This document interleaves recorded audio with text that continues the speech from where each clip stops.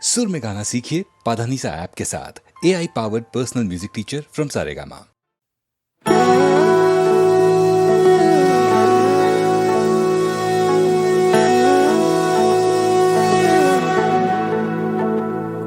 जो तेरे दर पर आया वो अपने घर पर आया, भर दी तूने सबकी झोली ओ बाबा। जो तेरे दर पर आया वो अपने घर पर आया, भर दी तूने सबकी झोली ओ बाबा। नीम करोली ओ बाबा, नीम करोली ओ बाबा।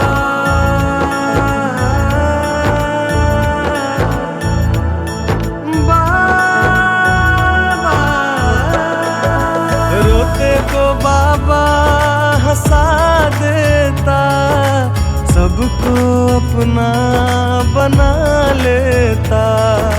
रोते को बाबा हंसा देता, सबको अपना बना लेता। तेरी शरण में जो भी आता, हर दुख से तो बचा लेता। बच्चों के तुम हम जोली ओ बाबा। नीम करोली ओ बाबा, नीम करोली जय जय जय जय सीताराम, जय जय जय जय हनुमान, जय जय जय जय सीताराम, जय जय जय जय हनुमान। तुमको एक पल जो देखा, बदली है जीवन की रेखा। कैची धाम जो भी आए, सबर जाए किस्मत लेखा। सवर जाए किस्मत लेखा। बोले भक्तों की ये टोली, बोले भक्तों की ये टोली ओ बाबा। नीम करोली ओ बाबा, नीम करोली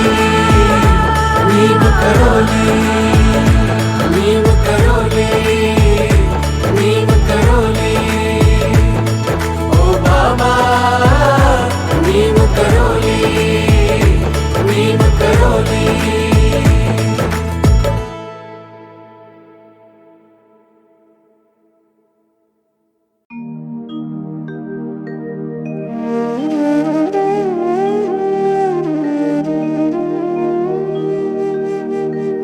वक्रतुंड महाकाय, सूर्यकोटि समप्रभा। निर्विघ्नं कुरु मे देव, सर्वकार्येषु सर्वदा।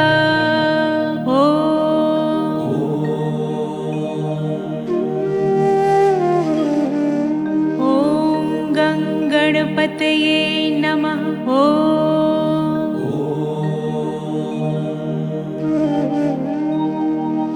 ॐ गणपतये नमः।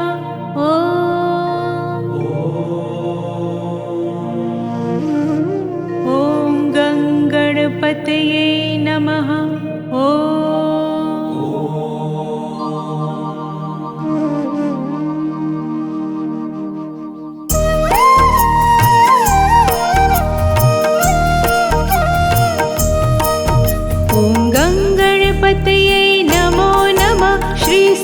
सिद्धिविनायक नमो नमः अष्टविनायक नमो नमः मंगलमूर्ति मोरया। गणपतये नमो नमः श्री सिद्धिविनायक नमो नमः अष्टविनायक नमो नमः मंगलमूर्ति मोरया। ॐ गणपतये नमो नमः श्री सिद्धिविनायक नमो नमः अष्टविनायक नमो नमः गणपति बप्पा मोरया। गणपतये नमो नमः श्री सिद्धिविनायक नमो नमः अष्टविनायक नमो नमः गणपति बप्पा मोरया। ॐ गणपतये नमो नमः श्री सिद्धिविनायक नमो नमः अष्टविनायक नमो नमः गणपति बप्पा मोरया। गणपतये नमो नमः श्री सिद्धिविनायक नमो नमः अष्टविनायक नमो नमः गणपति बप्पा मोरया।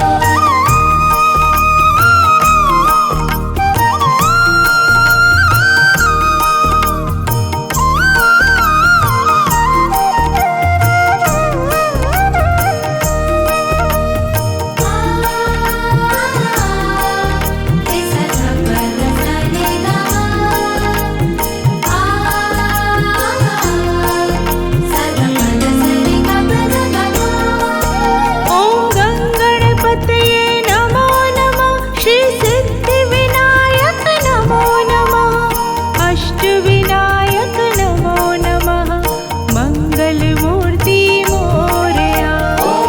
गणपतये नमो नमः श्री सिद्धिविनायक नमो नमः अष्टविनायक नमो नमः मंगलमूर्ति मोरया। ॐ गणपतये नमो नमः श्री सिद्धिविनायक नमो नमः अष्टविनायक नमो नमः गणपति बप्पा मोरया। गणपतये नमो नमः श्री सिद्धिविनायक नमो नमः अष्टविनायक नमो नमः गणपति बप्पा मोरया।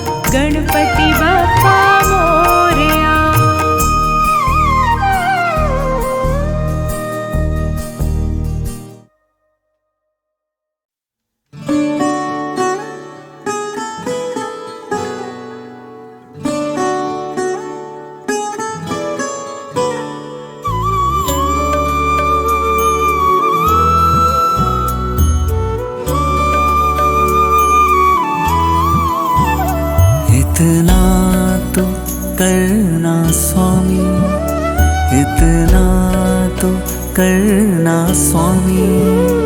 जब प्राण तन से निकले इतना तो करना स्वामी। जब प्राण तन से निकले गोविंद नाम लेकर, फिर प्राण तन से निकले इतना तो करना स्वामी।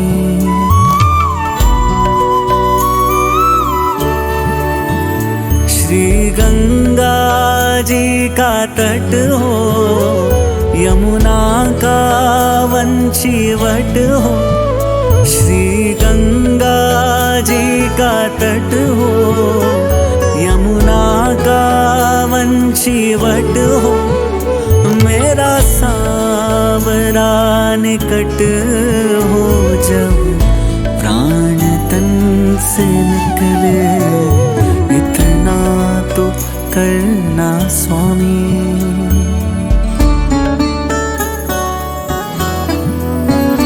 पीतांबरी कसी हो, छवि मन में ये बसी हो। पीतांबरी कसी हो, छवि मन में ये बसी हो। होठों पे कुछ हंसी हो, जब प्राण तन से निकले इतना तो करना स्वामी।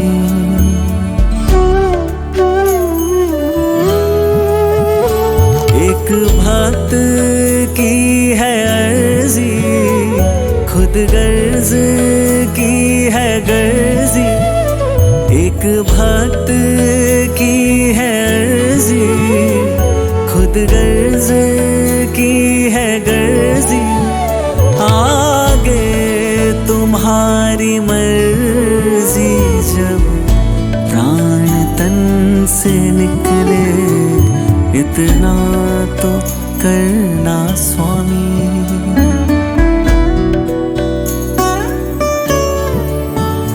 ये नेक सी अरज है, मानो तो क्या हरज है। ये नेक सी अरज है, मानो तो क्या हरज है। कुछ आपका फर्ज है, जब प्राण तन से निकले इतना तो करना स्वामी। जब प्राण तन से निकले गोविंद नाम लेकर, फिर प्राण तन से निकले इतना तो करना स्वामी।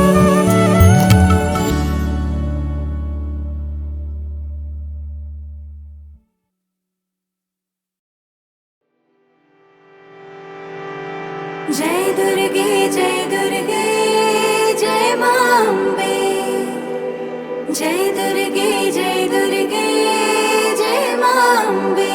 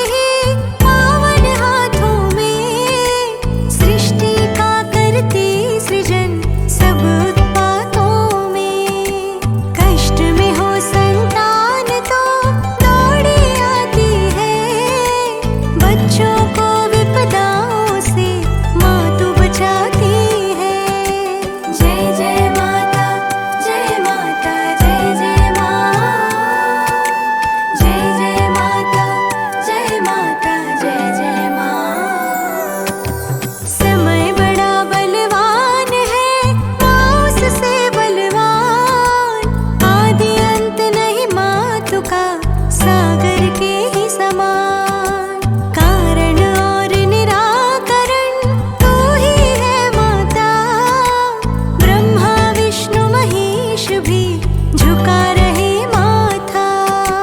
जैसी भी संतान हो माता गले लगाए, करुणा सिंधु को कोई मन से अगर बुलाए। सब में माँ की शक्ति है, सब में माँ का रूप, चाहे सावन मास हो या हो चैत्र की धूप। जय जय माता, जय माता, जय जय माँ। जय जय माता, जय माता, जय जय माँ। महिषासुर संहारिणी चंड मुंड दलती, भक्तों की खातिर ही सदा असुरों से लड़ती। शैलपुत्री ब्रह्मचारिणी चंद्र घंटिका माँ, पूर्ण करे हर कामना है वरदाई माँ। कुष्मांडा का रूप है स्कंद मात भी लाभ, ममता भरी कात्यायनी सफल करे हर काम। अति भयकारी रूप में माँ है काल रात्रि, सिद्ध करे पूजन भजन माँ तू सिद्धिदात्री। जय जय माता, जय माता, जय जय माँ। जय जय माता, जय माता, जय जय माँ। ली त्रिशूल तलवार और ढाल पाश बिहाग, क्या चिंता कैसा है भय माँ जब अपने साथ। मन मेरा मधुबन हुआ माँ जब आन बसी, कांटे बन गए फूल सब आंसू बने हंसी। भक्तों से भरने लगा माता का दरबार, पहुँच रही आकाश तक माँ की जय जयकार। माँ का भवन विशाल है, ऊंचा है स्थान, लेकिन भक्तों के हृदय करे वास ये जान। जय जय माता, जय माता, जय जय माँ। जय जय माता, जय माता, जय जय माँ। शुद्ध ज्ञान निर्मल मति सूर्य समान शरीर, तीनों लोकों में नहीं माँ के जैसा धीर। अपमृत्यु का ग्रास वो बनता नहीं कभी, जपता जो दुर्गा कवच वो मिटता नहीं कभी। कृष्ण पक्ष की चतुर्दशी और अष्टमी को सेवा अम्बे की करो दुर्गा नवमी को। सप्तशती का जो करे ऊंचे स्वर में पाठ, माता उसको दान दे सुख शांति और ठाठ। जय जय माता, जय माता, जय जय माँ। जय जय माता, जय माता, जय जय माँ। जो कुछ भी सौभाग्य है स्त्री जाति में, सब देवी की है कृपा गोचर दृष्टि में। अपनी दसों भुजाओं से गाँव दल दलती, नीलमणि के अंग से दर्शन सुख करती। जब अकाल की मार से त्रस्त हुआ संसार, शातों गाकर देह पर दिया सबको आहार। घंटे की आवाज से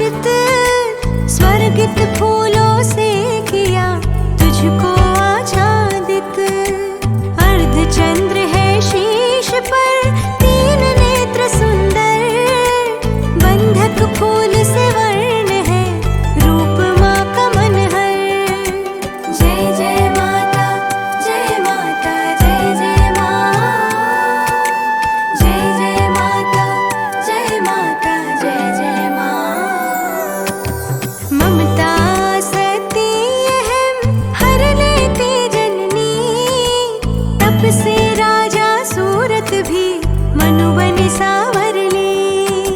फल देती है मातृका मन वांछित सबको, उसके वश संसार हो जो करे वश मन को। महाविद्या और धीश्वरी स्वयं महालक्ष्मी, ब्राह्मी ललिता आर्या भी ध्यात कला इनकी। वर्णन कैसे कोई करे इतना सक्षम कौन, इसीलिए ज्ञानी गुणी रहे सदा वही मौन। जय जय माता जय माता जय जय माँ, जय जय माता जय माता जय जय माँ। टूटा फूटा राग में तुझे सुनाऊं माँ, अकत कथा तेरी भला कैसे गाऊं माँ। अखिलेश्वरी के चरणों पर जीवन अर्पण है, पूजा विधि नहीं जानती मात्र समर्पण है। त्रिनयनी तेरी कृपा जन्म सफल कर दे, सुन ले मेरी प्रार्थना भक्ति निश्चल दे। जन्म मरण के अंध से छूटने का है उपाय, भजते जाओ रे मना ओम नमो दुर्गाय। जय जय माता जय माता जय जय माँ, जय जय माता जय माता जय जय माँ। रक्त दंतिका रौद्र है छिन्न मस्तिका वीर, भक्त वत्सला ईश्वरी हरे जगत की पीर। सर्व पूजिता देवी तुम रूप ध्वजा यश दो, अपने जीवन अश्व पर तुम हमको वश दो। सबको दो सौभाग्य का वर जगदम्बा माँ, सुख दो और आरोग्य दो मेरी अम्बा माँ। करतापन का है अगर मुझ में कुछ अभिमान, भूल क्षमा कर दे मुझे सम्मति और संज्ञान। जय जय माता जय माता जय जय माँ, जय जय माता जय माता जय जय माँ। मुखड़ा तेरा देख मन नहीं अघाया माँ, रक्तिम नेत्र से तेरे जग थर्राया माँ। काली हो मदमस्त तू राण में है गरजे, दुर्गा महारानी सदा आती सज धज के। तेरा शेर दहाड़ता असुरों पर चढ़ के, गणिकाएं भी दैत्य दल मारे बढ़ बढ़ के। स्नेहमयी आनंदमयी जगदोधारिणी माँ, सदा सर्वदा जय तेरी ब्रह्मचारिणी माँ। जय जय माता जय माता जय जय माँ, जय जय माता जय माता जय जय माँ। राधा तू सीता भी तू है, तू गंगा भी, तू भवानी और शीतला तू है अम्बा भी। घोर निराशा छाए तो आशा दीप बने, मोती दे आशीष के माँ वो सीप बने। कौन तुम्हारी नजर में है अपना पराया माँ, जो आया दर पे उसे गले लगाया माँ। ना शिक्षा है पास मेरे ना ही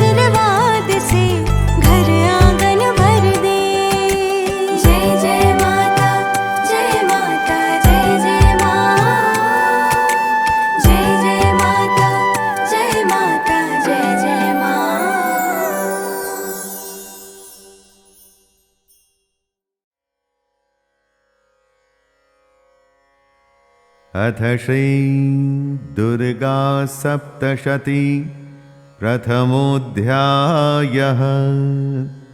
अथ श्री दुर्गा सप्तशती प्रथमोऽध्याय। श्री दुर्गायै नमः। मेधा ऋषि का राजा सुरथ और समाधि को भगवती की महिमा बताते हुए मधुकैटभ वध का प्रसंग सुनाना। विनियोगः।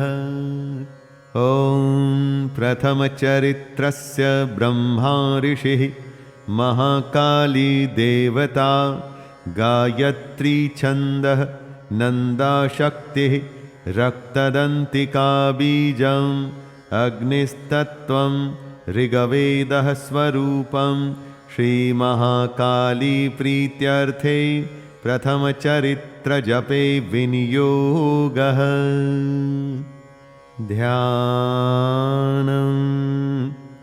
ॐ खड्गं चक्रगदेषु चापपरिघां शूलं भुशुण्डिं शिरः शङ्खं सन्दधतिं करैस्त्रिनयनां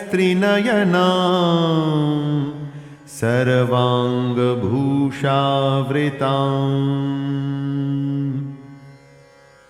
नीलाश्मद्युतिमास्य पाददशकां सेवे महाकालिकां यामस्तौत्स्वपिते हरौ कमलजो हन्तुं मधुं कैटभम्।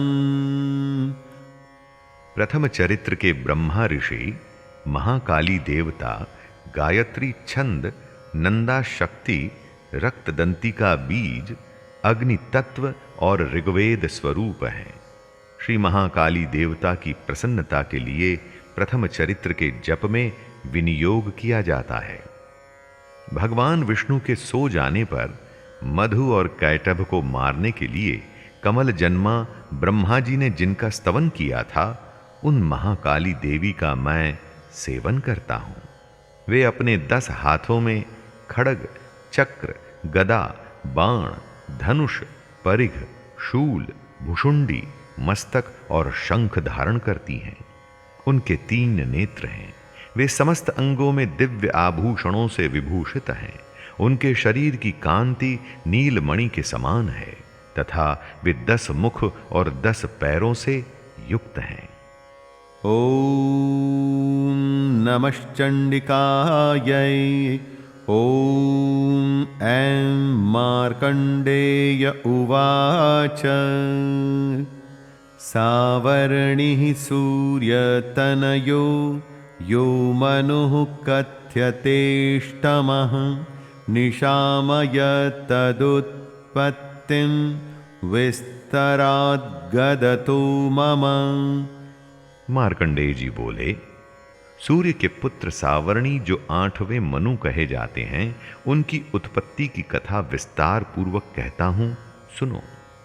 महामायानुभावेन यथा मन्वन्तराधिपः स बभूव महाभागः सावर्णिस्तनयो रवेः। सूर्य कुमार महाभाग सावर्णी भगवती महामाया के अनुग्रह से जिस प्रकार मनवंतर के स्वामी हुए, वही प्रसंग सुनाता हूं। स्वारोचिषेन्तरे पूर्वं चैत्रवंश समुद्भवः सुरथो नाम राजा भूत समस्ते क्षितिमंडले। पूर्व काल की बात है।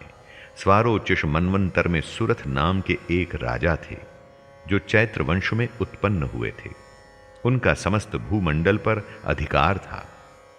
तस्य पालयतः सम्यक् प्रजाः पुत्रा निवौरसान् बभूवुः शत्रवो भूपाः कोला विध्वंसिनस्तदा।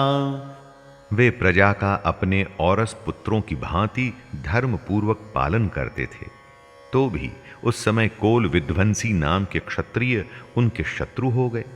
तस्य तैर्भवद्युद्धम् अतिप्रबलदण्डिनः न्यूनैरपि सतैर्युद्धे कोलाविध्वंसिभिर्जितः। राजा सुरथ की दंड नीति बड़ी प्रबल थी।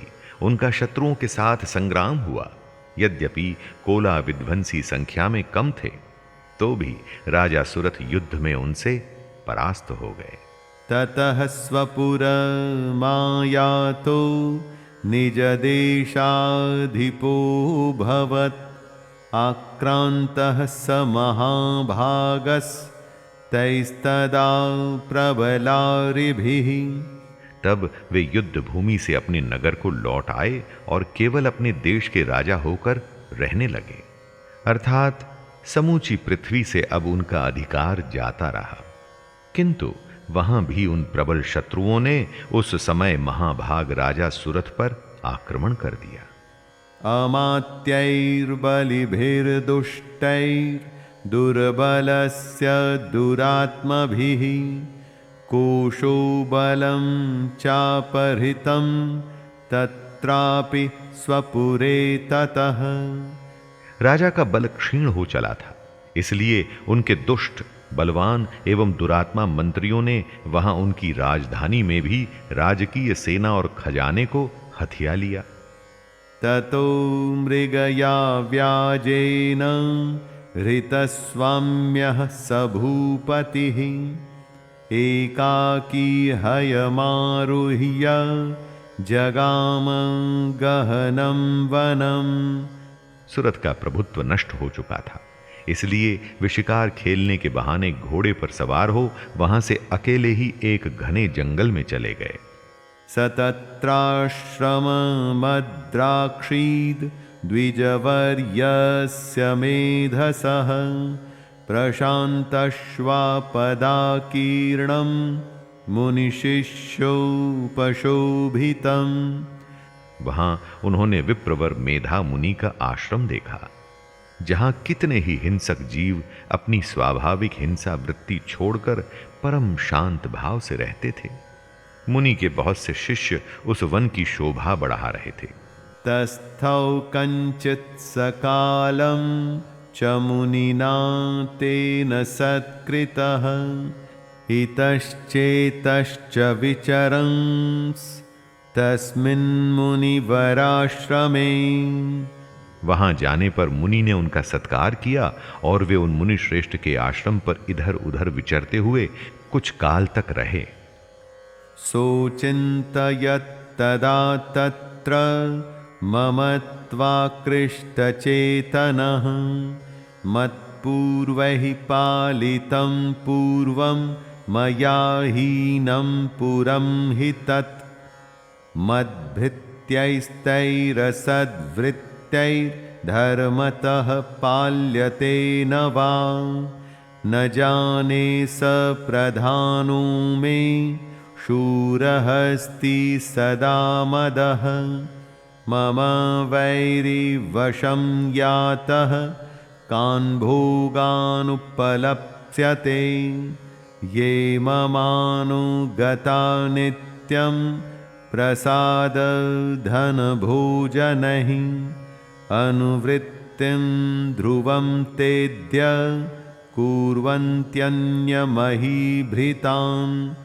असम्मग्यव्यशीलैस्तैः कुर्वब्धिः सततं व्ययम् सञ्चितः सोति दुःखेन क्षयं कोशो गमिष्यति एतच्चान्यच्च सततं चिन्तयामास पार्थिवः तत्र विप्राश्रमाभ्यासे वैश्यमेकं ददर्शसः सपृष्टस्तेन कस्त्वं भो हेतुश्चागमनेऽत्र कः सशोक इव कस्मात् त्वं दुर्मना इव लक्ष्यसे इत्याकर्ण्यवचस्तस्य भूपतेः प्रणयोदितं प्रत्युवाचेदं इत्युवाच सतं वैश्यः प्रश्रयावनतो नृपम्। फिर ममता से आकृष्ट चित्त होकर वहां इस प्रकार चिंता करने लगे, पूर्व काल में मेरे पूर्वजों ने जिसका पालन किया था वही नगर आज मुझसे रहित है। पता नहीं मेरे दुराचारी भृत्यगण उसकी धर्म पूर्वक रक्षा करते भी हैं या नहीं। जो सदा मद की वर्षा करने वाला और शूरवीर था, वह मेरा प्रधान हाथी अब शत्रुओं के अधीन होकर न जाने किन भोगों को भोगता होगा। जो लोग मेरी कृपा, धन और भोजन पाने से सदा मेरे पीछे पीछे चलते थे, वे निश्चय ही अब दूसरे राजाओं का अनुसरण करते होंगे। उन अपव्ययी लोगों के द्वारा सदा खर्च होते रहने के कारण अत्यंत कष्ट से जमा किया हुआ मेरा वो खजाना खाली हो जाएगा। ये तथा और भी कई बातें राजा सुरथ निरंतर सोचते रहते थे। एक दिन उन्होंने वहां विप्रवर मेधा के आश्रम के निकट एक वैश्य को देखा और उससे पूछा, भाई तुम कौन हो? यहां तुम्हारे आने का क्या कारण है? तुम क्यों शोकग्रस्त और अनमने से दिखाई देते हो? राजा सुरथ का ये प्रेम पूर्वक कहा हुआ वचन सुनकर वैश्य ने विनीत भाव से उन्हें प्रणाम करके कहा, वैश्य उवाच समाधिर्नाम वैश्योऽहम् उत्पन्नो धनिनां कुले। राजन, मैं धनियों के कुल में उत्पन्न एक वैश्य हूं। मेरा नाम समाधि है। पुत्रदारैर्निरस्तश्च धनलोभादसाधुभिः विहीनश्च धनैर्दारैः पुत्रैरादाय मे धनं वनमभ्यागतो दुःखी निरस्तश्चाप्तबन्धुभिः सोऽहं न वेद्मि पुत्राणां कुशलात्मिकां प्रवृत्तिं स्वजनानां च दाराणां चात्र संस्थितः किं नु तेषां ग्रहे क्षेमं किं नु साम्प्रतम्। मेरे दुष्ट स्त्री पुत्रों ने धन के लोभ से मुझे घर से बाहर निकाल दिया है। मैं इस समय धन, स्त्री और पुत्रों से वंचित हूं। मेरे विश्वसनीय बंधुओं ने मेरा ही धन लेकर मुझे दूर कर दिया है। इसलिए दुखी होकर मैं वन में चला आया हूं। यहां रहकर मैं इस बात को नहीं जानता कि मेरे पुत्रों की, स्त्री की और स्वजनों की कुशल है या नहीं। इस समय घर में वे कुशल से रहते हैं अथवा उन्हें कोई कष्ट है। कथं ते किं नु सद्वृत्ता दुर्वृत्ताः किं नु मे सुताः। वे मेरे पुत्र कैसे हैं? क्या वे सदाचारी हैं अथवा दुराचारी हो गए हैं? राजोवाच राजा ने पूछा, यैर्निरस्तो भवान् लुब्धैः पुत्रदारादिभिर्धनैः तेषु किं भवतः स्नेहम् अनुबध्नाति मानसम्। जिन लोभी स्त्री पुत्र आदि ने धन के कारण तुम्हें घर से निकाल दिया, उनके प्रति तुम्हारे चित्त में इतना स्नेह का बंधन क्यों है? वैश्य उवाच वैश्य बोला, एवमेतद्यथा प्राह भवानस्मद्गतं वचः। आप मेरे विषय में जैसी बात कहते हैं वह सब ठीक है। किं करोमि न बध्नाति मम निष्ठुरतां मनः यः सन्तज्य पितृस्नेहं धनलुब्धैर्निराकृतः पतिस्वजनहार्दं च हार्दितेष्वेव मे मनः किमेतन्नाभिजानामि जानन्नपि महामते यत्प्रेम प्रवणं चित्तं विगुणेष्वपि बन्धुषु तेषां कृते मे निःश्वासो दौर्मनस्यञ्च जायते। किंतु क्या करूं, मेरा मन निष्ठुरता नहीं धारण करता। जिन्होंने धन के लोभ में पड़कर पिता के प्रति स्नेह, पति के प्रति प्रेम तथा आत्मीय जन के प्रति अनुराग को तिलांजलि दे मुझे घर से निकाल दिया है, उन्हीं के प्रति मेरे हृदय में इतना स्नेह है। महामते, गुणहीन बंधुओं के प्रति भी जो मेरा चित्त इस प्रकार प्रेम मग्न हो रहा है, ये क्या है? इस बात को मैं जानकर भी नहीं जान पाता। उनके लिए मैं लंबी सांसें ले रहा हूं और मेरा हृदय अत्यंत दुखित हो रहा है। करोमि किं यन्न मनस्तेष्वप्रीतिषु निष्ठुरम्। उन लोगों में प्रेम का सर्वथा अभाव है, तो भी उनके प्रति जो मेरा मन निष्ठुर नहीं हो पाता, इसके लिए क्या करूं? मार्कंडेय उवाच। मार्कंडेय जी कहते हैं, ततस्तौ सहितौ विप्र तं मुनिं समुपस्थितौ समाधिर्नाम वैश्योऽसौ स च पार्थिव सत्तमः कृत्वा तु तौ यथानन्यायं यथार्हं तेन संविदम् उपविष्टौ कथाः काश्चित् चक्रतुर्वैश्य पार्थिवौ। ब्रह्मन, तदनंतर राजाओं में श्रेष्ठ सुरथ और वह समाधि नामक वैश्य दोनों साथ साथ मेधा मुनि की सेवा में उपस्थित हुए और उनके साथ यथा योग्य न्यायानुकूल विनय पूर्ण बर्ताव करके बैठे। तत्पश्चात वैश्य और राजा ने कुछ वार्तालाप आरंभ किया। राजोवाच। राजा ने कहा, भगवन्स्त्वामहं प्रष्टुम् इच्छाम्येकं वदस्व तत्। भगवान, मैं आपसे एक बात पूछना चाहता हूं, उसे बताइए। दुःखाय यन्मे मनसः स्वच्चित्ताय ततां विना मम त्वं गतराजस्य राज्यांगेष्वखिलेष्वपि। मेरा चित्त अपने अधीन न होने के कारण वह बात मेरे मन को बहुत दुख देती है। जो राज्य मेरे हाथ से चला गया है, उसमें और उसके संपूर्ण अंगों में मेरी ममता बनी हुई है। जानतोपि यथाज्ञस्य किमेतन्मुनि सत्तमम् अयं च निकृतः पुत्रैर्दारैर्भृत्यैस्तथोञ्झितः। मुनिश्रेष्ठ, ये जानते हुए भी कि अब वो मेरा नहीं है, अज्ञानी की भांति मुझे उसके लिए दुख होता है। यह क्या है? इधर यह वैश्य भी घर से अपमानित होकर आया है, इसके पुत्र स्त्री और भृत्यों ने इसे छोड़ दिया है।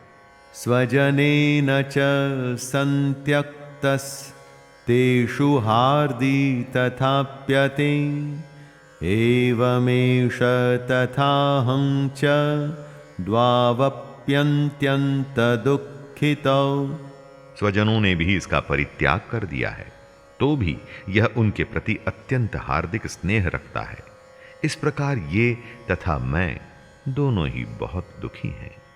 दृष्टदोषेऽपि विषये मम त्वाकृष्टमानसौ तत्किमेतन्महाभाग यन्मोहो ज्ञानिनोरपि ममास्य च भवत्येषा विवेकान्धस्य मूढ़ता। जिसमें प्रत्यक्ष दोष देखा गया है, उस विषय के लिए भी हमारे मन में ममता जनित आकर्षण पैदा हो रहा है। महाभाग, हम दोनों समझदार हैं, तो भी हम में जो मोह पैदा हुआ है, ये क्या है? विवेक शून्य पुरुष की भांति मुझ में और इसमें भी ये मूढ़ता प्रत्यक्ष दिखाई देती है। ऋषि उवाच।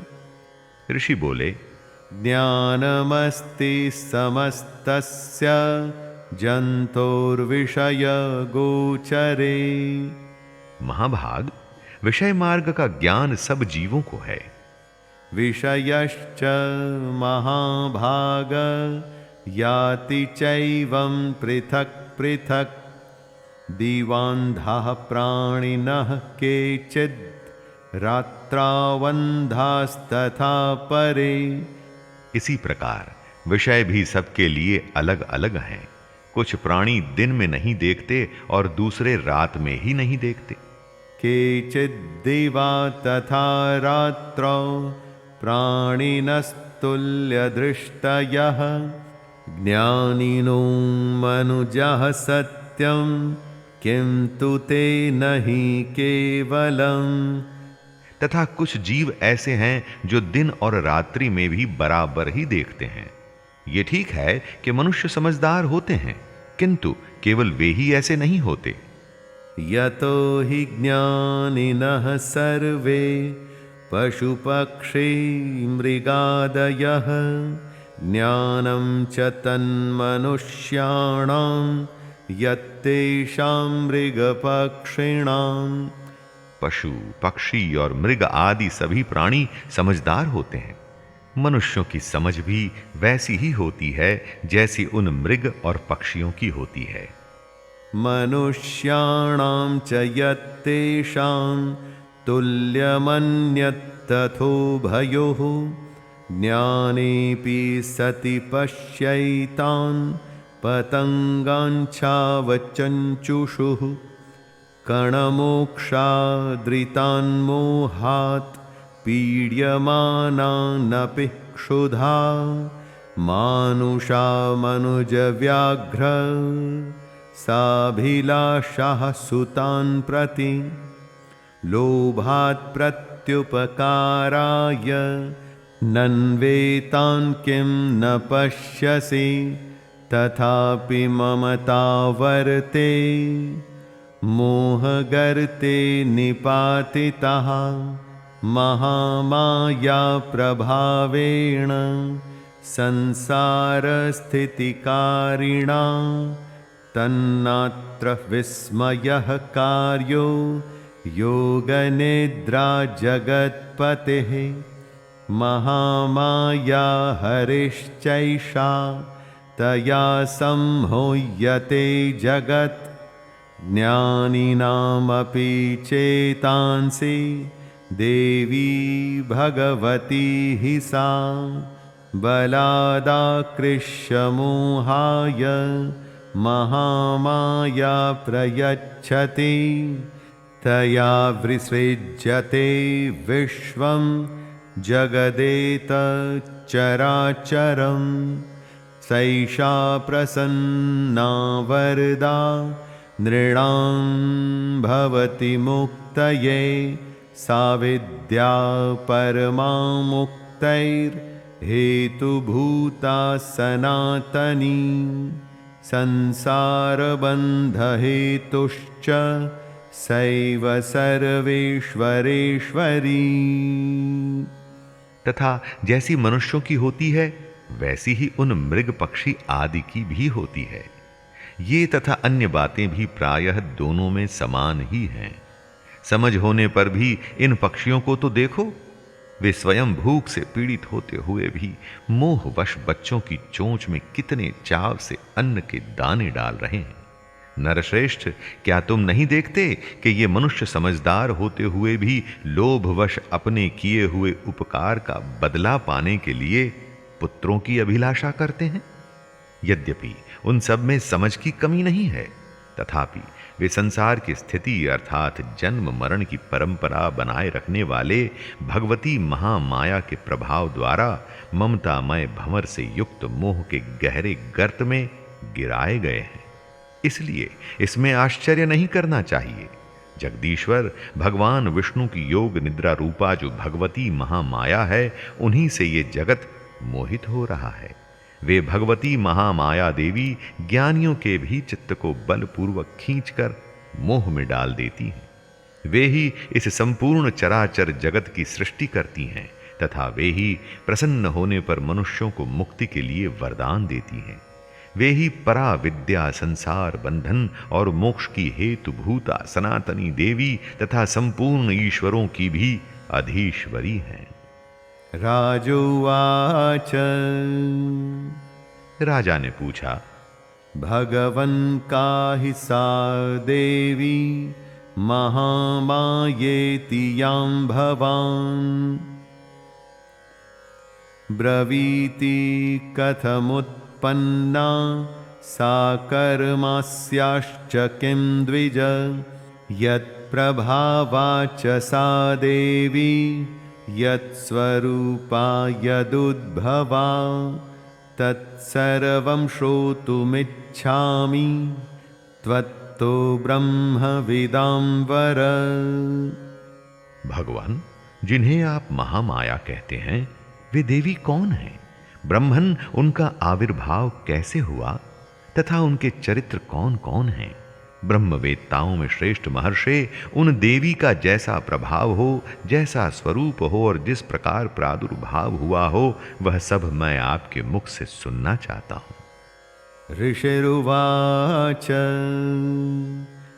ऋषि बोले, नित्यैव सा जगन्मूर्तिस्तया सर्वमिदं ततं तथापि तत्समुत्पत्तिर्बहुधा श्रूयतां मम देवानां कार्यसिद्ध्यर्थम् आविर्भवति सा यदा उत्पन्नेति तदा लोके सा नित्याप्यभिधीयते योगनिद्रां यदा विष्णुर्जगत्येकार्णविकृते आस्तीर्यशेषमभजत्कल्पान्ते भगवान् प्रभुः तदा द्वावसुरौ घोरौ विख्यातौ मधुकैटभौ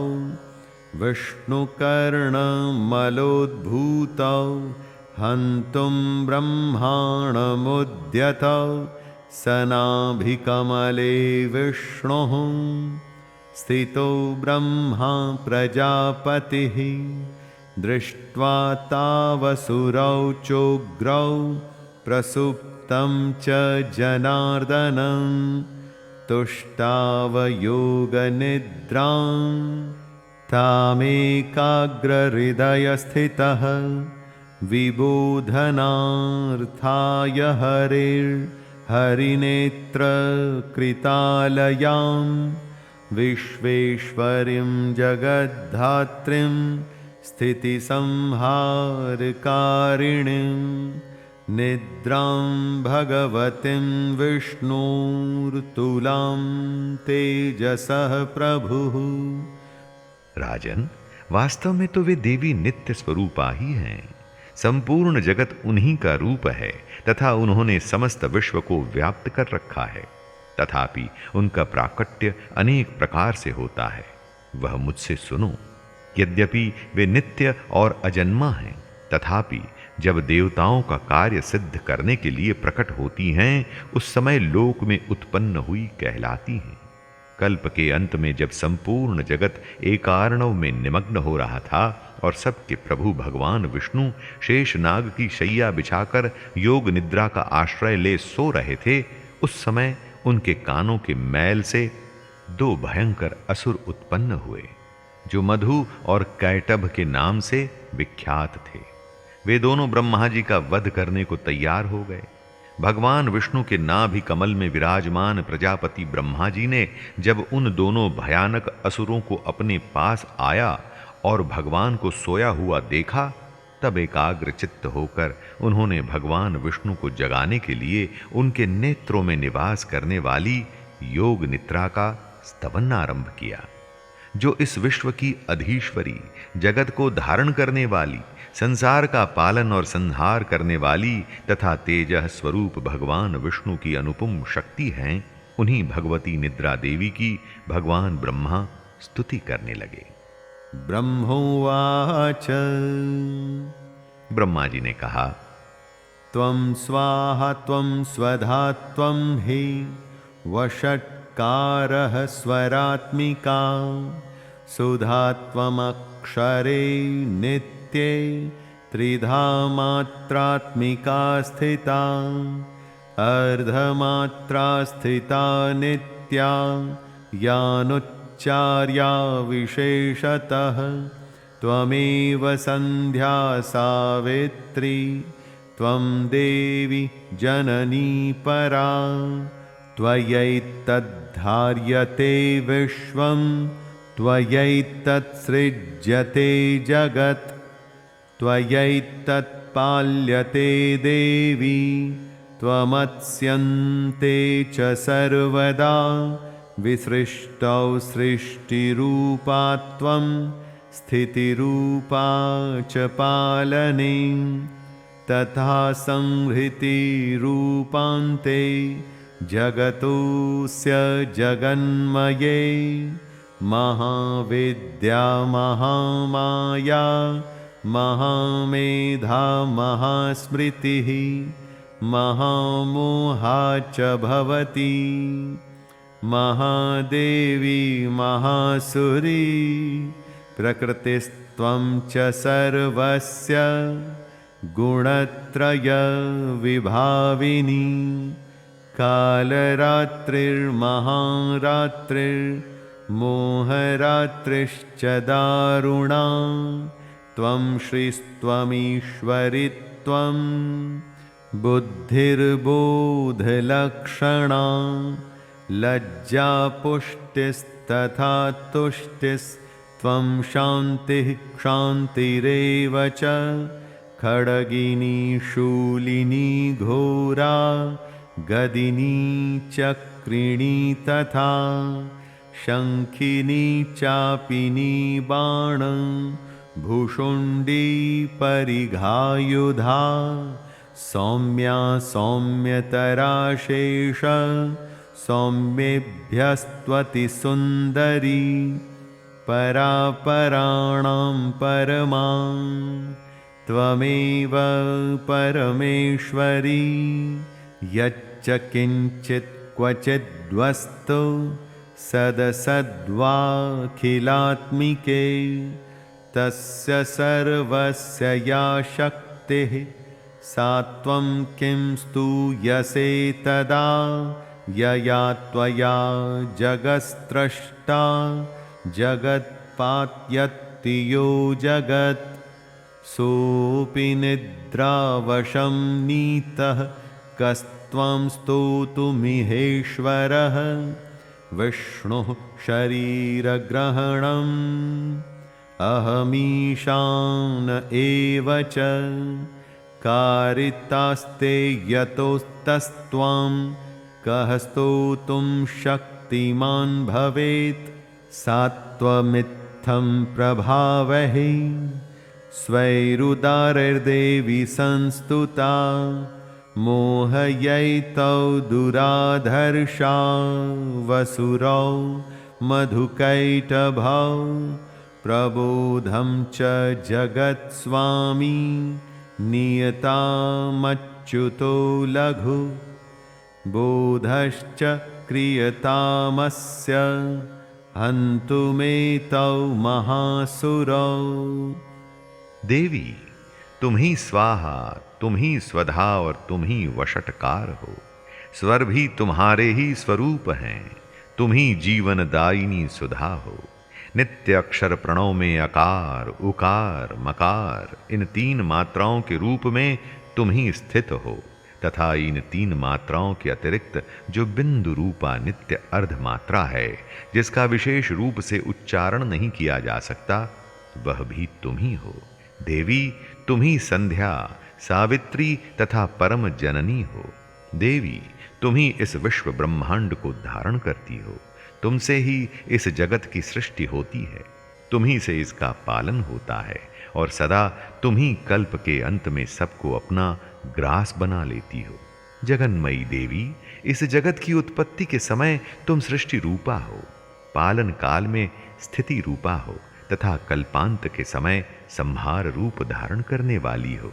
तुम ही महाविद्या, महामाया, महामेधा, महास्मृति, महामोह रूपा, महादेवी और महासुरी हो। तुम ही तीनों गुणों को उत्पन्न करने वाली सबकी प्रकृति हो। भयंकर काल रात्रि, महारात्रि और मोह रात्रि भी तुम ही हो।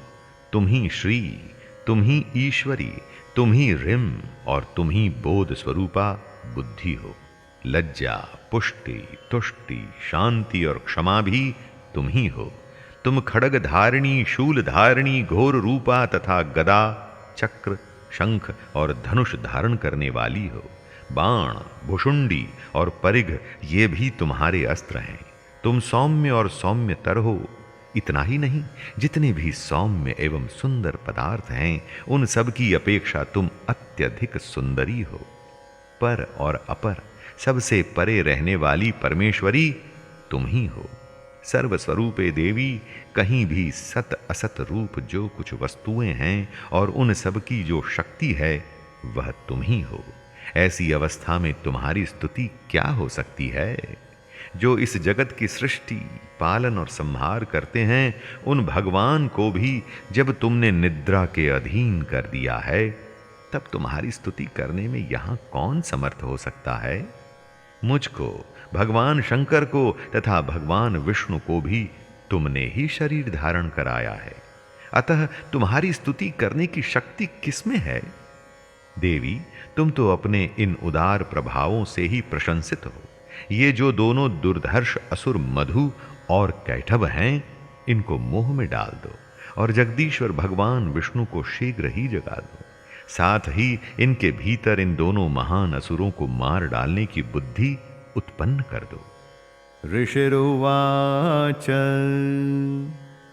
ऋषि कहते हैं, एवं स्तुता तदा देवी तामसी तत्र वेधसा विष्णुः प्रबोधनार्थाय निहन्तुं मधुकैटभौ नेत्रस्य नासिका बाहु हृदयेभ्यस्तथोरसः निर्गम्य दर्शने तस्थौ ब्रह्मणो व्यक्तजन्मनः उत्तस्थौ च जगन्नाथस्तया मुक्तो जनार्दनः एकार्णवे शयनात् ततः स ददृशे च तौ मधुकैटभौ दुरात्मानां वतिवीर्य पराक्रमौ क्रोधरक्ते क्षणावत्तुं ब्रह्माणं जनितोद्यमौ समुत्थाय ततस्ताभ्यां युयुधे भगवान् हरिः पंचवर्षसहस्राणि बाहु प्रहरणो विभुः तावप्यतिबलोन्मत्तौ महामाया विमोहितौ उक्तवन्तौ वरोस्मत्तौ व्रियतामिति केशव। राजन, जब ब्रह्मा जी ने वहां मधु और कैटभ को मारने के उद्देश्य से भगवान विष्णु को जगाने के लिए तमोगुण की अधिष्ठात्री देवी योग निद्रा की इस प्रकार स्तुति की, तब वे भगवान के नेत्र, मुख, नासिका, बाहु, हृदय और वक्षस्थल से निकलकर अव्यक्त जन्मा ब्रह्मा जी की दृष्टि के समक्ष खड़ी हो गईं। योग निद्रा से मुक्त होने पर जगत के स्वामी भगवान जनार्दन उस एकार्णव के जल में शेषनाग की शैया से जाग उठे। फिर उन्होंने उन दोनों असुरों को देखा। वे दुरात्मा मधु और कैटभ अत्यंत बलवान और पराक्रमी थे और क्रोध से लाल आंखें किए ब्रह्मा जी को खा जाने के लिए उद्योग कर रहे थे। तब भगवान श्री हरि ने उठकर उन दोनों के साथ 5000 वर्षों तक केवल बाहु युद्ध किया। वे दोनों भी अत्यंत बल के कारण उन्मत्त हो रहे थे। इधर महामाया ने भी उन्हें मोह में डाल रखा था। इसलिए वे भगवान विष्णु से कहने लगे, हम तुम्हारी वीरता से संतुष्ट हैं। तुम हम लोगों से कोई वर मांगो। श्रीभगवानुवाच श्री भगवान बोले, भवेत्तामद्य मे तुष्टौ मम वध्यावुभावपि किमन्येन वरेणात्र एतावद्धिव्रतं मम। यदि तुम दोनों मुझ पर प्रसन्न हो तो अब मेरे हाथ से मारे जाओ। बस इतना सा ही मैंने वर मांगा है, यहां दूसरे किसी वर से क्या लेना है। ऋषिरुवाच ऋषि कहते हैं, वञ्चिताभ्यामिति तदा सर्वमापोमयं जगत् विलोक्यताभ्यां गदितो भगवान् कमलेक्षणः आवां जहिन यत्रोर्वी सलिलेन परिप्लुता। इस प्रकार धोखे में आ जाने पर जब उन्होंने संपूर्ण जगत में जल ही जल देखा, तब कमल नयन भगवान से कहा, जहां पृथ्वी जल में डूबी हुई न हो, जहां सूखा स्थान हो, वहीं हमारा वध करो। ऋषिरुवाच ऋषि कहते हैं, तथेत्युक्त्वा भगवता शङ्खचक्रगदाभृता कृत्वा चक्रेण वैच्छिन्ने जघने शिरसि तयोः एवमेषा समुत्पन्ना ब्रह्मणा संस्तुता स्वयं प्रभावमस्या देवास्तु भूयः शृणु वदामि ते।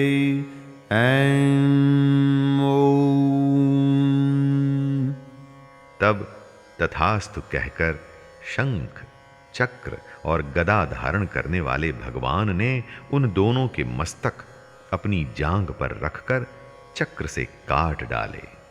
इस प्रकार ये देवी महामाया ब्रह्मा जी की स्तुति करने पर स्वयं प्रकट हुई थी। अब पुनः तुमसे उनके प्रभाव का वर्णन करता हूं, सुनो। इति श्रीमार्कण्डेय पुराणे सावर्णिके मन्वन्तरे देवी महात्म्ये मधुकैटभवधो नाम प्रथमोऽध्यायः।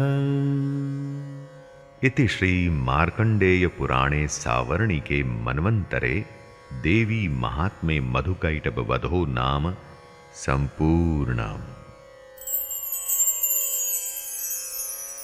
शैलेंद्र भारती की ओर से सभी देवी भक्तों को जय दुर्गे।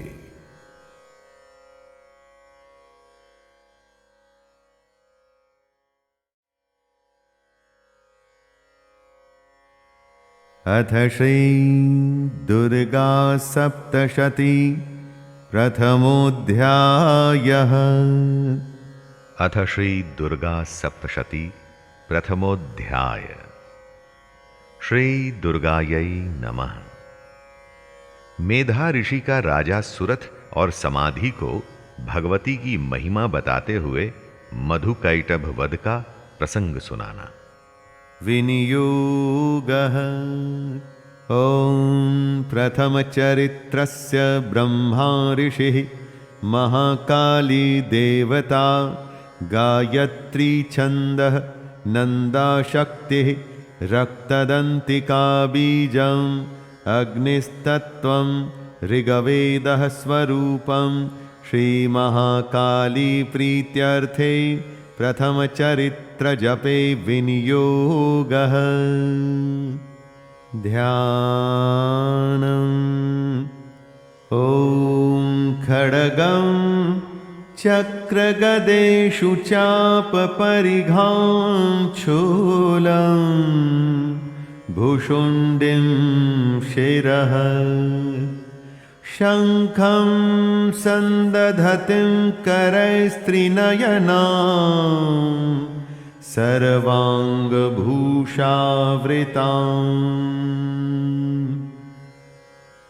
नीलाश्मद्युतिमास्य पाददशकां सेवे महाकालिकां यामस्तौत्स्वपिते हरौ कमलजो हन्तुं मधुं कैटभम्।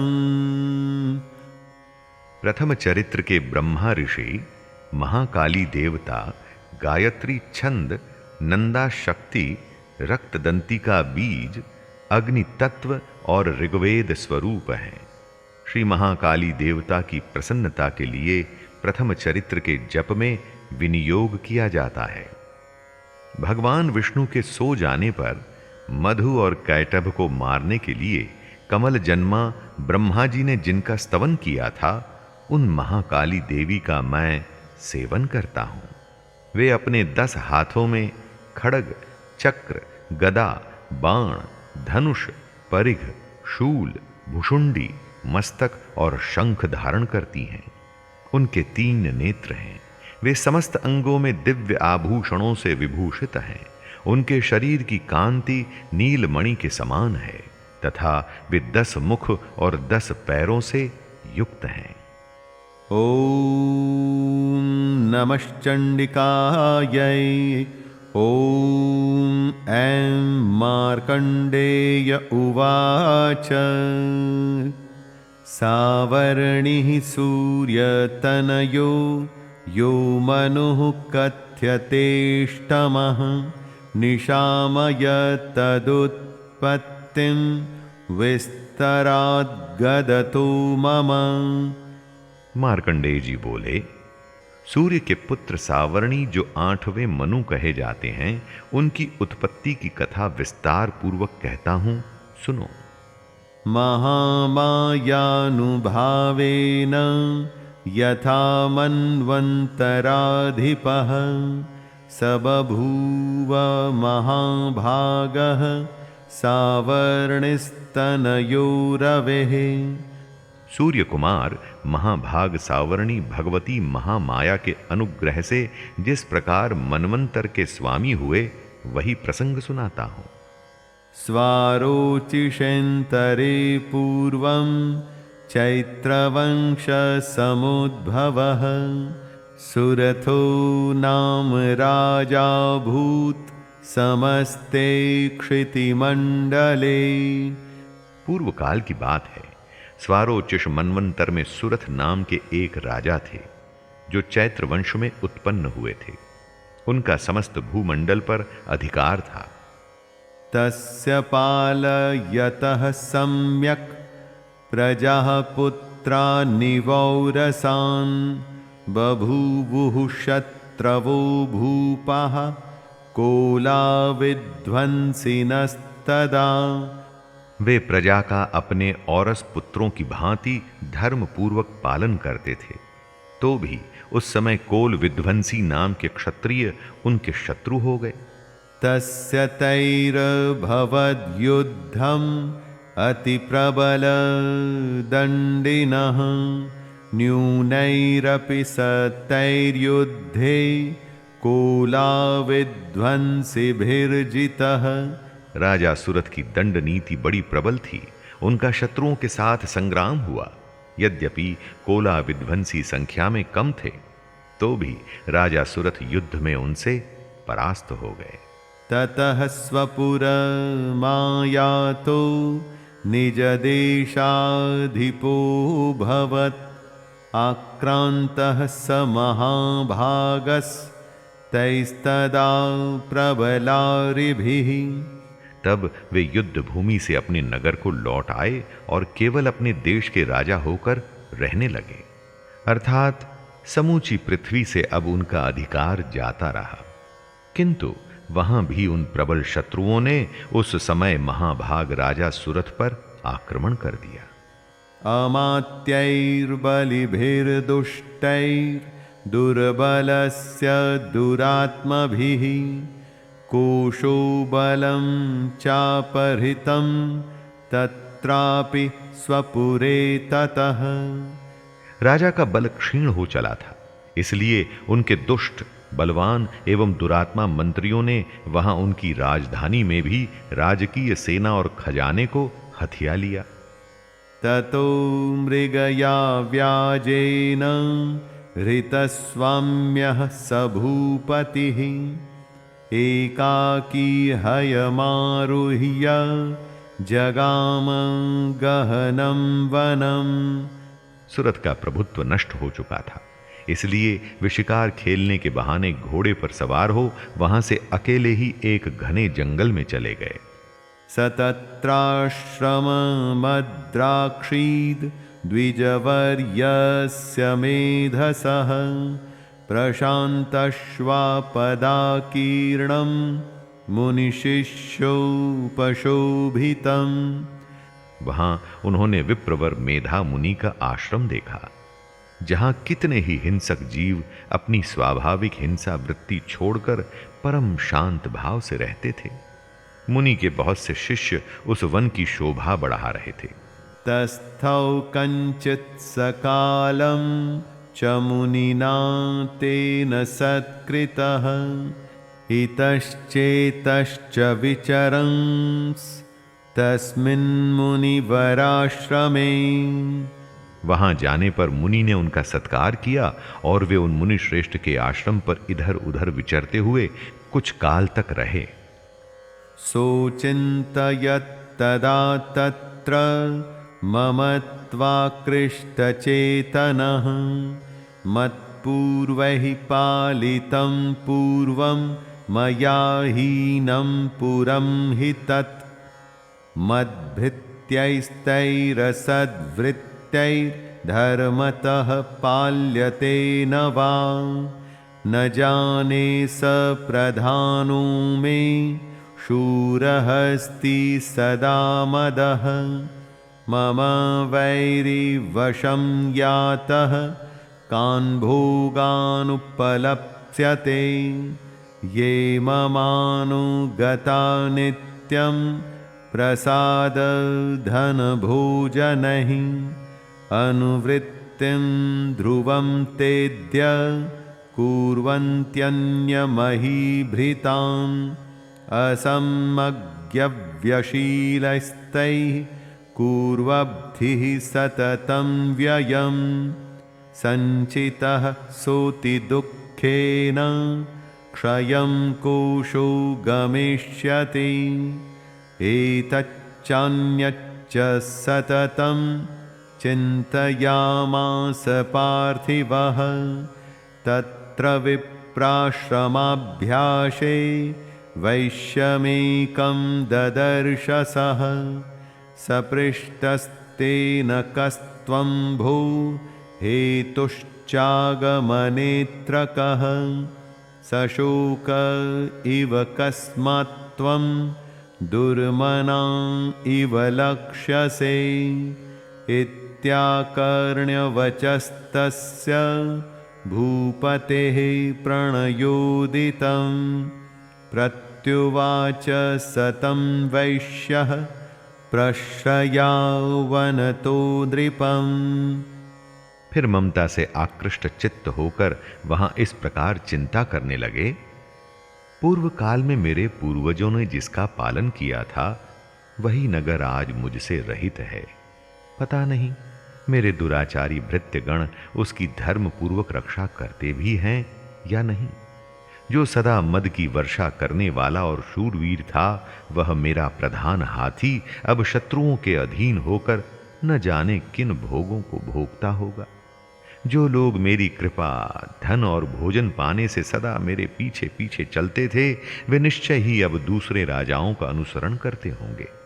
उन अपव्ययी लोगों के द्वारा सदा खर्च होते रहने के कारण अत्यंत कष्ट से जमा किया हुआ मेरा वो खजाना खाली हो जाएगा। ये तथा और भी कई बातें राजा सुरथ निरंतर सोचते रहते थे। एक दिन उन्होंने वहां विप्रवर मेधा के आश्रम के निकट एक वैश्य को देखा और उससे पूछा, भाई तुम कौन हो? यहां तुम्हारे आने का क्या कारण है? तुम क्यों शोकग्रस्त और अनमने से दिखाई देते हो? राजा सुरथ का ये प्रेम पूर्वक कहा हुआ वचन सुनकर वैश्य ने विनीत भाव से उन्हें प्रणाम करके कहा, वैश्य उवाच समाधिर्नाम वैश्योऽहम् उत्पन्नो धनिनां कुले। राजन, मैं धनियों के कुल में उत्पन्न एक वैश्य हूं। मेरा नाम समाधि है। पुत्रदारैर्निरस्तश्च धनलोभादसाधुभिः विहीनश्च धनैर्दारैः पुत्रैरादाय मे धनम् वनमभ्यागतो दुःखी निरस्तश्चाप्तबन्धुभिः सोऽहं न वेद्मि पुत्राणां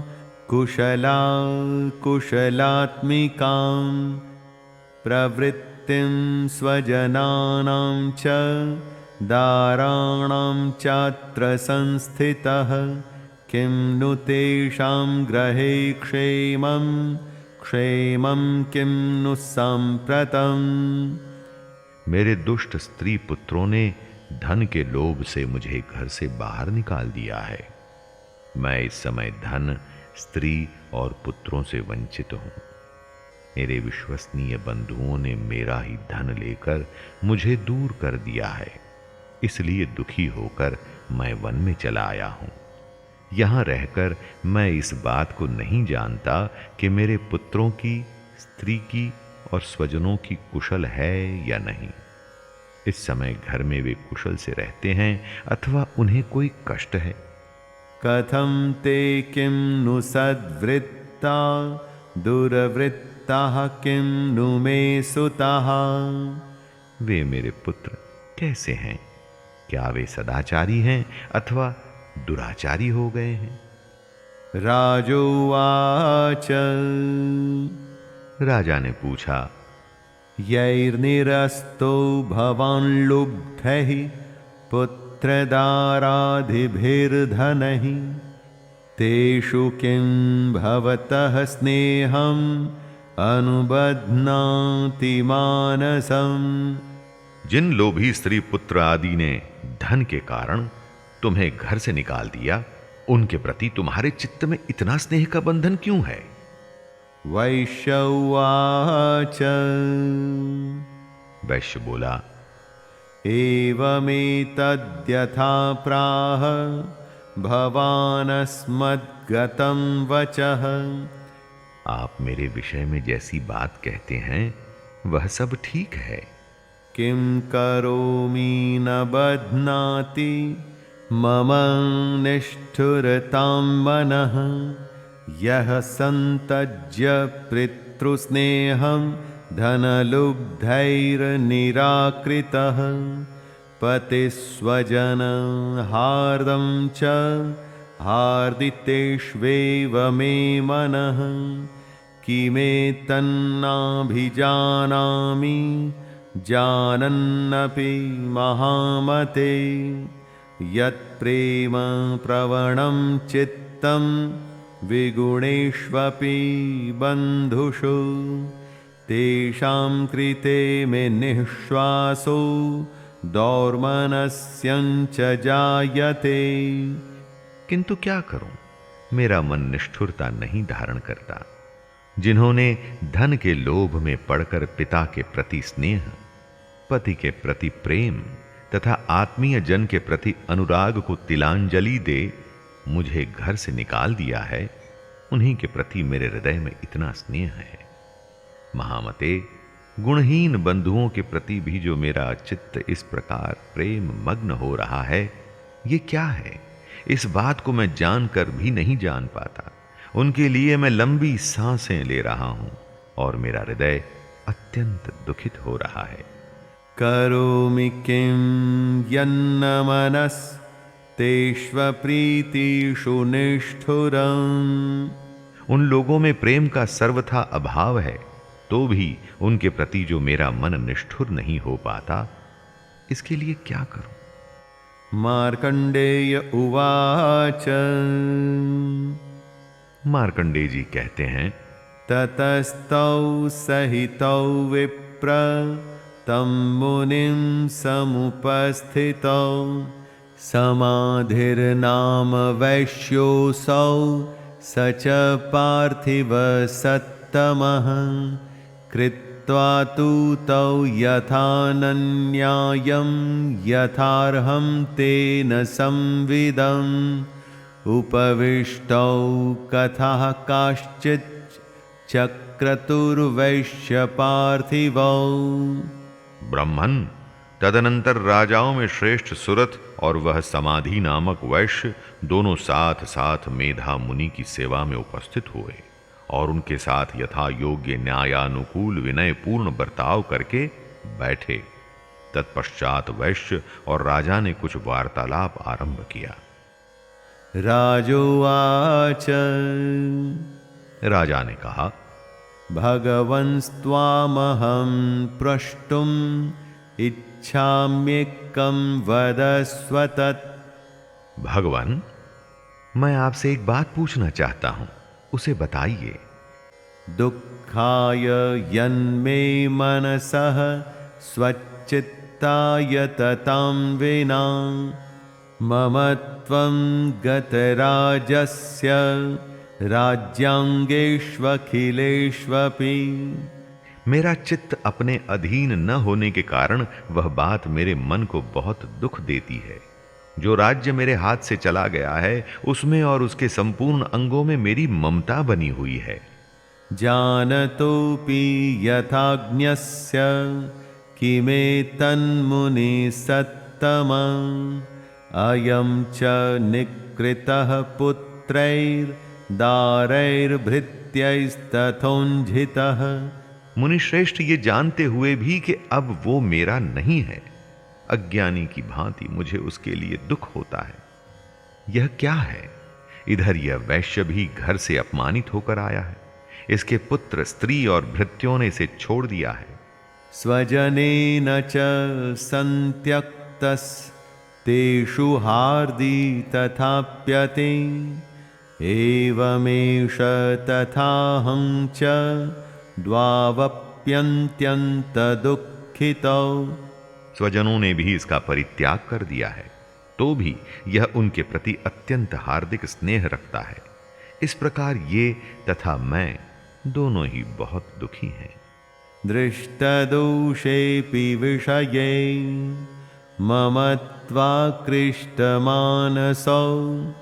तत्किमेतन्महाभाग यन्मोहो ज्ञानिनोरपि ममास्य च भवत्येषा विवेकान्धस्य मूढ़ता। जिसमें प्रत्यक्ष दोष देखा गया है उस विषय के लिए भी हमारे मन में ममता जनित आकर्षण पैदा हो रहा है। महाभाग, हम दोनों समझदार हैं, तो भी हम में जो मोह पैदा हुआ है ये क्या है? विवेक शून्य पुरुष की भांति मुझ में और इसमें भी ये मूढ़ता प्रत्यक्ष दिखाई देती है। ऋषिउवाच ऋषि बोले, ज्ञानमस्ति समस्तस्य जन्तोर्विषय गोचरे। महाभाग, विषय मार्ग का ज्ञान सब जीवों को है।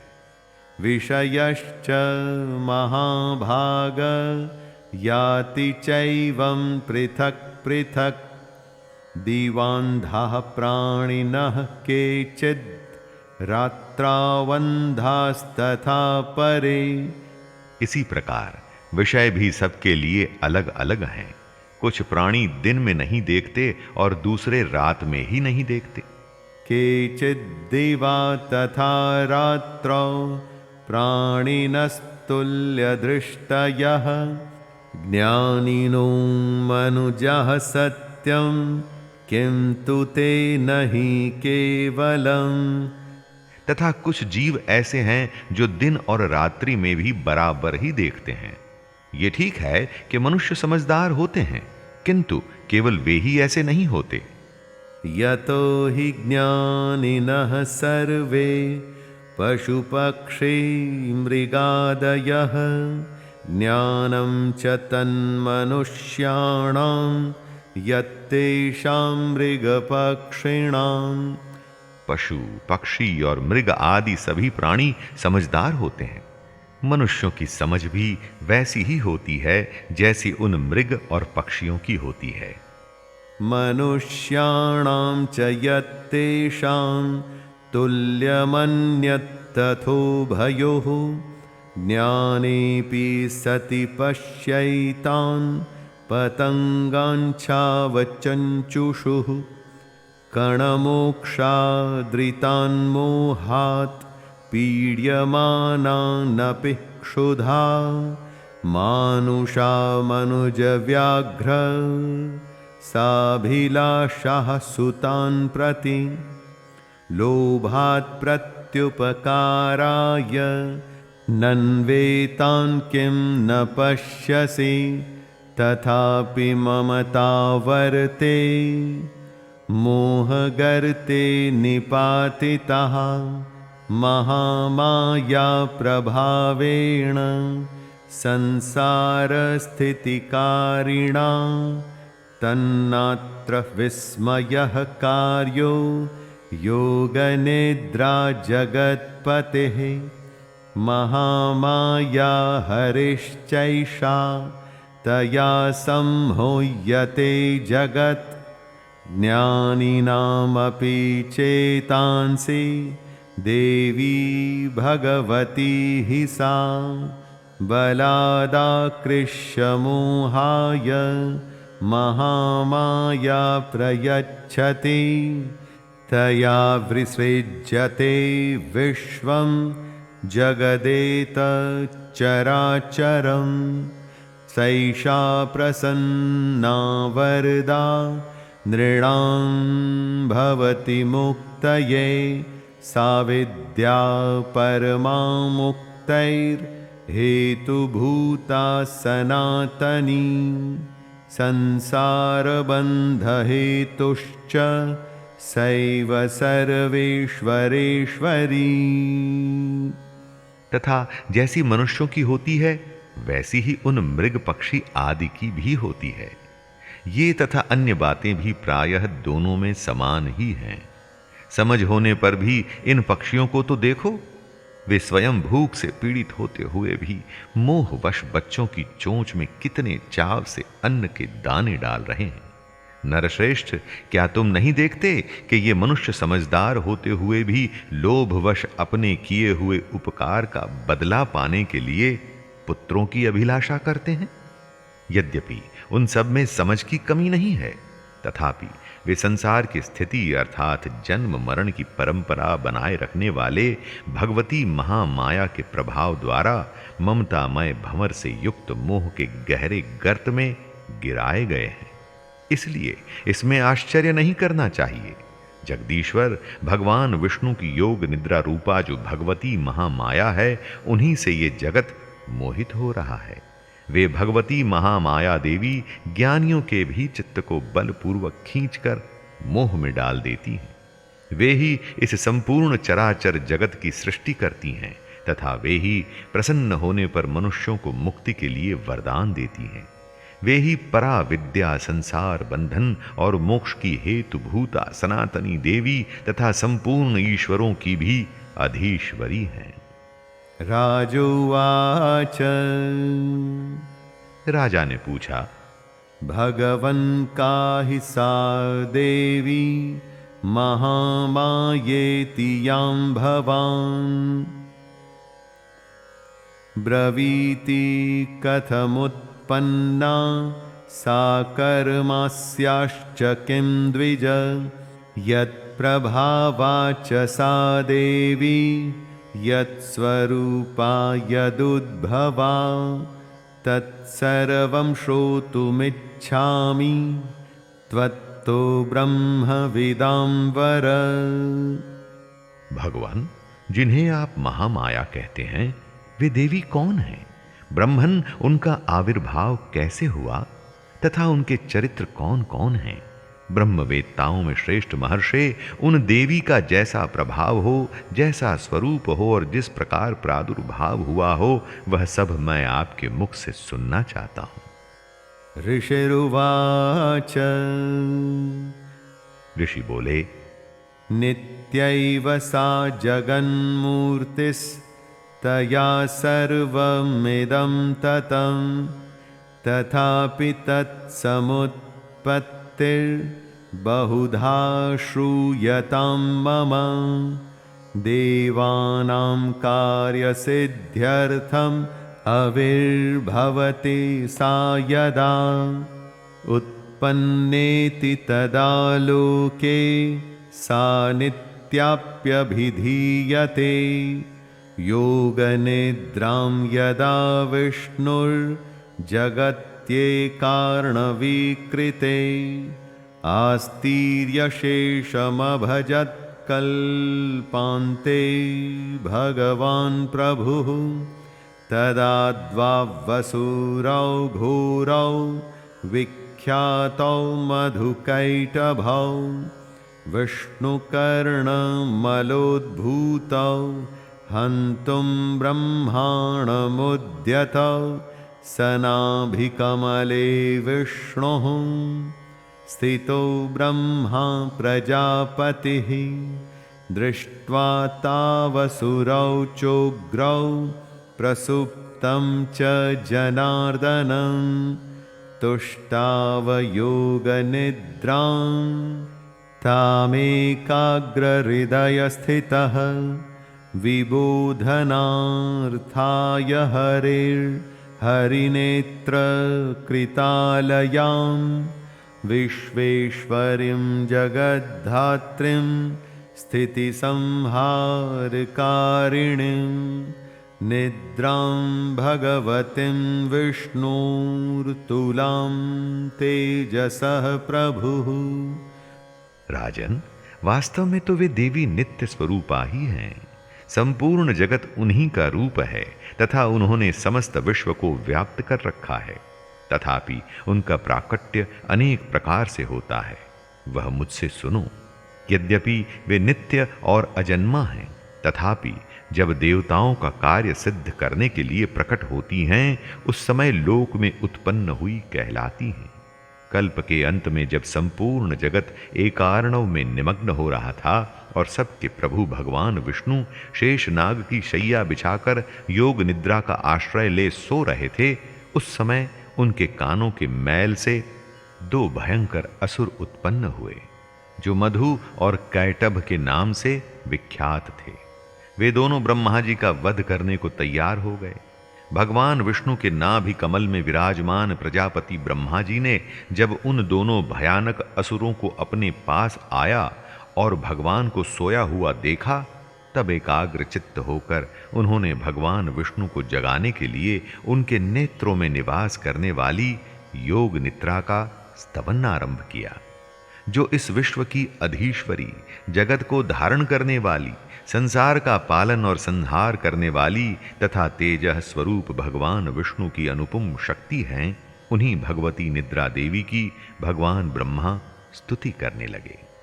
ब्रह्मोवाच ब्रह्मा जी ने कहा, त्वं स्वाहा त्वं स्वधा त्वं हि वषट्कारः स्वरात्मिका सुधा त्वमक्षरे नित्ये त्रिधा मात्रात्मिका स्थिता अर्धमात्रा स्थिता नित्या यानुच्चार्या विशेषतः त्वमेव संध्या सावित्री त्वं देवी जननी परा त्वयैतद्धार्यते विश्वं त्वयैतत्सृज्यते जगत् त्वयैतत्पाल्यते देवी त्वमत्स्यन्ते च सर्वदा विसृष्टौ सृष्टिरूपा त्वं स्थितिरूपा च पालने तथा संहृतिरूपान्ते जगतोऽस्य जगन्मये महाविद्या महामाया महामेधा महास्मृतिः महामोहा च भवति महादेवी महासुरी प्रकृतिस्त्वं च सर्वस्य गुणत्रय विभाविनी कालरात्रिर्महारात्रिर्मोहरात्रिश्च दारुणा त्वं श्रीस्त्वमीश्वरी त्वं बुद्धिर्बोधलक्षणा लज्जा पुष्टिस्तथा तुष्टिस्त्वं शान्तिः क्षान्तिरेव च खड्गिनी शूलिनी घोरा गदिनी चक्रिणी तथा शङ्खिनी चापिनी बाण भूषुण्डी परिघायुधा सौम्या सौम्यतरा शेष सौम्येभ्यस्त्वति सुन्दरी परापराणां परमा त्वमेव परमेश्वरी यच्च किञ्चित् क्वचिद्वस्तु सदसद्वाखिलात्मिके तस्य सर्वस्य या शक्तिः सा त्वं किं स्तूयसे तदा यया त्वया जगत्स्रष्टा जगत्पात्यत्ति यो जगत् सोऽपि निद्रावशं नीतः कस्त्वं स्तोतुमिहेश्वरः विष्णुः शरीरग्रहणम् अहमीशान एव च कारितास्ते यतोस्तस्त्वां कः स्तोतुं शक्तिमान् भवेत् सात्वमित्थं प्रभावहि स्वैरुदारैर्देवी संस्तुता मोहयैतौ दुराधर्षा वसुरौ मधुकैटभौ प्रबोधं च जगत्स्वामी नियतामच्युतो लघु बोधश्च क्रियतामस्य हन्तुमेतौ महासुरौ। देवी, तुम ही स्वाहा, तुम ही स्वधा और तुम ही वषटकार हो। स्वर भी तुम्हारे ही स्वरूप हैं। तुम ही जीवनदायिनी सुधा हो। नित्य अक्षर प्रणव में अकार, उकार, मकार इन तीन मात्राओं के रूप में तुम ही स्थित हो तथा इन तीन मात्राओं के अतिरिक्त जो बिंदु रूपा नित्य अर्ध मात्रा है जिसका विशेष रूप से उच्चारण नहीं किया जा सकता, वह भी तुम ही हो। देवी, तुम ही संध्या, सावित्री तथा परम जननी हो। देवी, तुम ही इस विश्व ब्रह्मांड को धारण करती हो। तुमसे ही इस जगत की सृष्टि होती है। तुम ही से इसका पालन होता है और सदा तुम ही कल्प के अंत में सबको अपना ग्रास बना लेती हो। जगन्मयी देवी, इस जगत की उत्पत्ति के समय तुम सृष्टि रूपा हो, पालन काल में स्थिति रूपा हो तथा कल्पांत के समय संहार रूप धारण करने वाली हो। तुम ही महाविद्या, महामाया, महामेधा, महास्मृति, महामोह रूपा, महादेवी और महासुरी हो। तुम ही तीनों गुणों को उत्पन्न करने वाली सबकी प्रकृति हो। भयंकर काल रात्रि, महारात्रि और मोह रात्रि भी तुम ही हो। तुम ही श्री, तुम ही ईश्वरी, तुम ही रिम और तुम ही बोध स्वरूपा बुद्धि हो। लज्जा, पुष्टि, तुष्टि, शांति और क्षमा भी तुम ही हो। तुम खड्ग धारिणी, शूल धारिणी, घोर रूपा तथा गदा, चक्र, शंख और धनुष धारण करने वाली हो। बाण, भुषुंडी और परिघ ये भी तुम्हारे अस्त्र हैं। तुम सौम्य और सौम्यतर हो।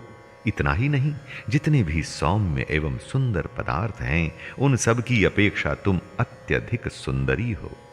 पर और अपर सबसे परे रहने वाली परमेश्वरी तुम ही हो। सर्वस्वरूपे देवी, कहीं भी सत असत रूप जो कुछ वस्तुएं हैं और उन सब की जो शक्ति है वह तुम ही हो। ऐसी अवस्था में तुम्हारी स्तुति क्या हो सकती है? जो इस जगत की सृष्टि, पालन और संहार करते हैं, उन भगवान को भी जब तुमने निद्रा के अधीन कर दिया है, तब तुम्हारी स्तुति करने में यहां कौन समर्थ हो सकता है? मुझको, भगवान शंकर को तथा भगवान विष्णु को भी तुमने ही शरीर धारण कराया है, अतः तुम्हारी स्तुति करने की शक्ति किसमें है? देवी, तुम तो अपने इन उदार प्रभावों से ही प्रशंसित हो। ये जो दोनों दुर्धर्ष असुर मधु और कैटभ हैं, इनको मोह में डाल दो और जगदीश्वर भगवान विष्णु को शीघ्र ही जगा दो। साथ ही इनके भीतर इन दोनों महान असुरों को मार डालने की बुद्धि उत्पन्न कर दो। ऋषिरुवाच ऋषि कहते हैं, एवं स्तुता तदा देवी तामसी तत्र वेधसा विष्णुः प्रबोधनार्थाय निहन्तुं मधुकैटभौ नेत्रस्य नासिका बाहु हृदयेभ्यस्तथोरसः निर्गम्य दर्शने तस्थौ ब्रह्मणो व्यक्तजन्मनः उत्तस्थौ च जगन्नाथस्तया मुक्तो जनार्दनः एकार्णवे शयनात् ततः स ददृशे च तौ मधुकैटभौ दुरात्मानां वतिवीर्य पराक्रमौ क्रोधरक्ते क्षणावत्तुं ब्रह्माणं जनितोद्यमौ समुत्थाय ततस्ताभ्यां युयुधे भगवान् हरिः पंचवर्षसहस्राणि बाहु प्रहरणो विभुः तावप्यतिबलोन्मत्तौ महामाया विमोहितौ उक्तवन्तौ वरोस्मत्तौ व्रियतामिति केशव। राजन, जब ब्रह्मा जी ने वहां मधु और कैटभ को मारने के उद्देश्य से भगवान विष्णु को जगाने के लिए तमोगुण की अधिष्ठात्री देवी योग निद्रा की इस प्रकार स्तुति की, तब वे भगवान के नेत्र, मुख, नासिका, बाहु, हृदय और वक्षस्थल से निकलकर अव्यक्त जन्मा ब्रह्मा जी की दृष्टि के समक्ष खड़ी हो गईं। योग निद्रा से मुक्त होने पर जगत के स्वामी भगवान जनार्दन उस एकार्णव के जल में शेषनाग की शैया से जाग उठे। फिर उन्होंने उन दोनों असुरों को देखा।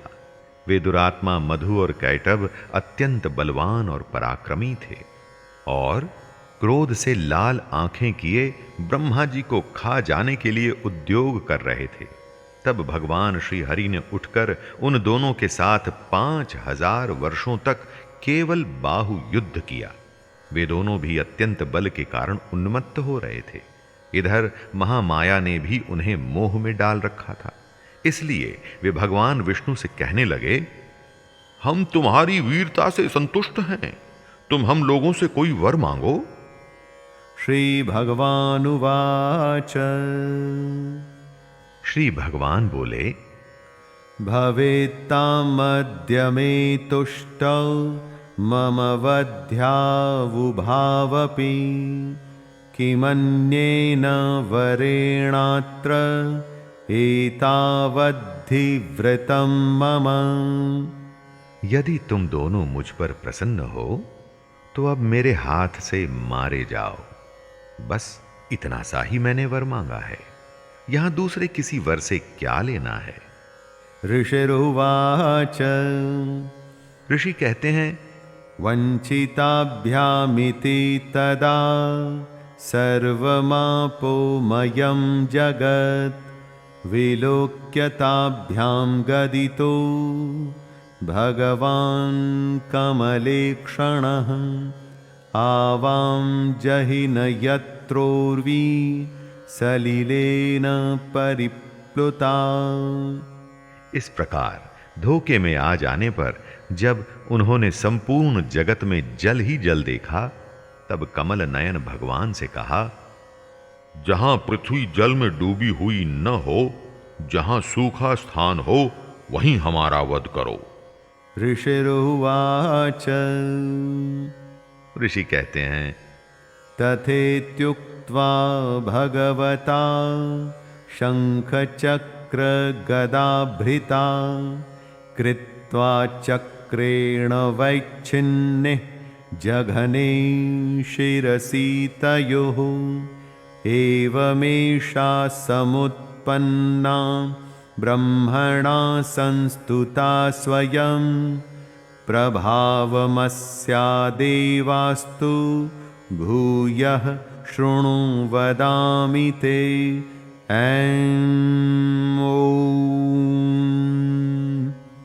तब तथास्तु कहकर शंख, चक्र और गदा धारण करने वाले भगवान ने उन दोनों के मस्तक अपनी जांघ पर रखकर चक्र से काट डाले। इस प्रकार ये देवी महामाया ब्रह्मा जी की स्तुति करने पर स्वयं प्रकट हुई थी। अब पुनः तुमसे उनके प्रभाव का वर्णन करता हूं, सुनो। इति श्री मार्कंडेय पुराणे सावर्णिके मन्वन्तरे देवी महात्म्ये मधुकैटभवधो नाम प्रथमोऽध्यायः। इति श्री मार्कंडेय पुराणे सावर्णिके मन्वन्तरे देवी महात्म्ये मधुकैटभवधो नाम संपूर्णम्। शैलेंद्र भारती की ओर से सभी देवी भक्तों को जय दुर्गे।